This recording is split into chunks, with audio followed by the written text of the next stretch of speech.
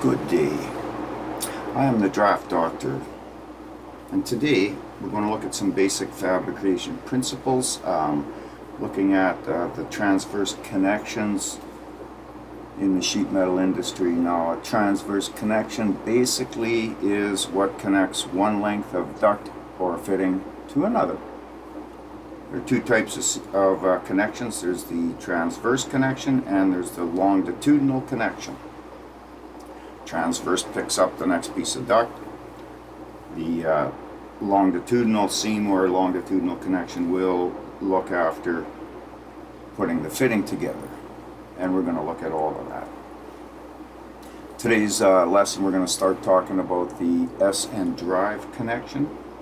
Now, the S and drive connection is a transverse connection, connects two pieces of duct together where we use a hook seam and an S cleat.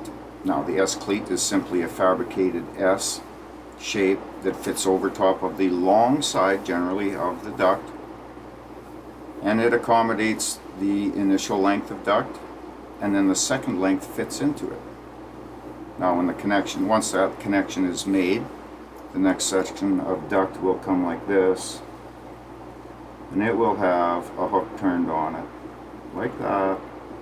And its piece of duct will come like this and then fit inside that S cleat like this, and then the drive cleat fits over top, pounds all the way down. We usually cut our drive cleats minimum 2 inches bigger than the duct size, which allows us to fold 1 inch over the top, 1 inch at the bottom, and tap that down, and it's locked into place. Now, in order for this connection to happen, some accommodations have to be made in the sheet metal shop. We have to accommodate a 1 inch of straight, whether it's on a piece of duct or whether it's on a piece of fitting. This 1 inch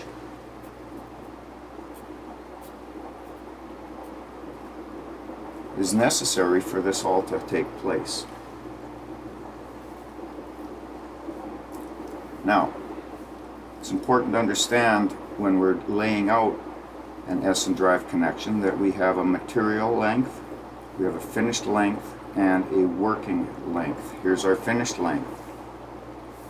Now, the length of the duct here doesn't matter at any rate right now. What we need to know is that the finish line is going to be exactly a ½ inch up from the material line. And the working line, in other words, the line that we actually do our layout from, is a ½ inch up from the finish line, leaving a total of 1 inch between the working line and material line.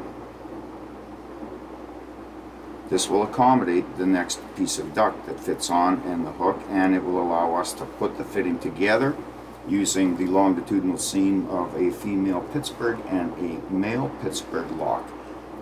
Now, the reason that we need this 1 inch of straight is quite simple. Not all fittings travel straight. Some fittings are transitions, some fittings are offsets, some fittings are elbows. We need this 1 inch of straight to accommodate the transverse connection and also accommodate the fitting. Therefore, if I had a fitting that was 12 inches long, my working length would be 11 inches.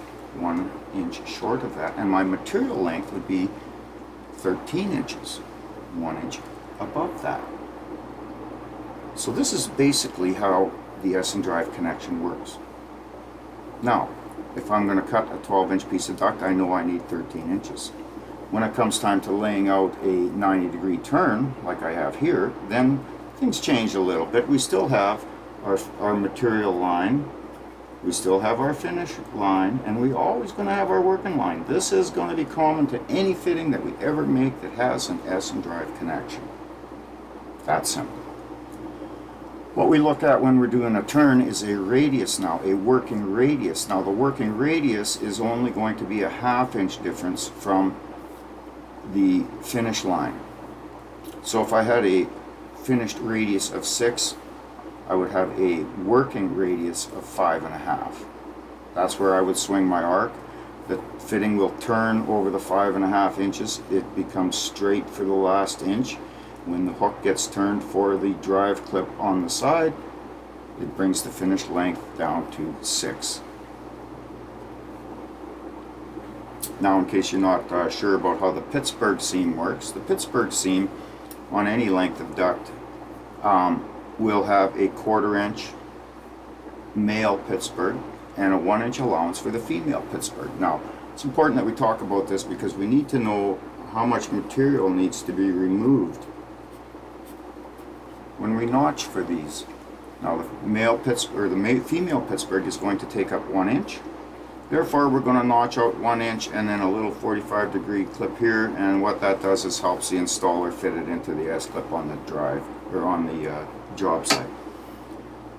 On the other side, we have the 1/4 inch male Pittsburgh.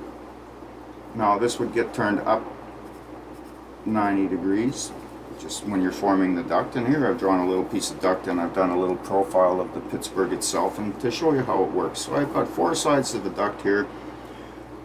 The female Pittsburgh is on one end, the male Pittsburgh on the other.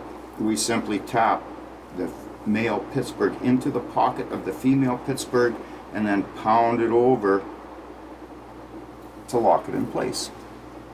Now, obviously the female Pittsburgh is quite the difficult shape, therefore it is usually performed on a roll forming machine, the Pittsburgh machine. The 1 inch allowance, you run it through, your Pittsburgh is there, and the rest you have to form on a hand brake or on a power brake. And I think that's about it for now. This is a look at the S&Drive connection. Let's just talk about some terms. The transverse connections we talked about, that is one fitting connecting to another. The longitudinal seam we talked about, which is the Pittsburgh seam. Sometimes it's a snap lock, sometimes it's a welded operation, sometimes it's a lap and spot. All kinds of different seams, all kinds of different connections. We need to understand them all so that we can get the notching properly, and the length, which is even more important. Once again, I am the Draft Doctor. I hope you enjoyed this video. Don't be afraid to click the like button, hit subscribe. If you have any questions or any layout that you want me to do, send me a note. Have a great day.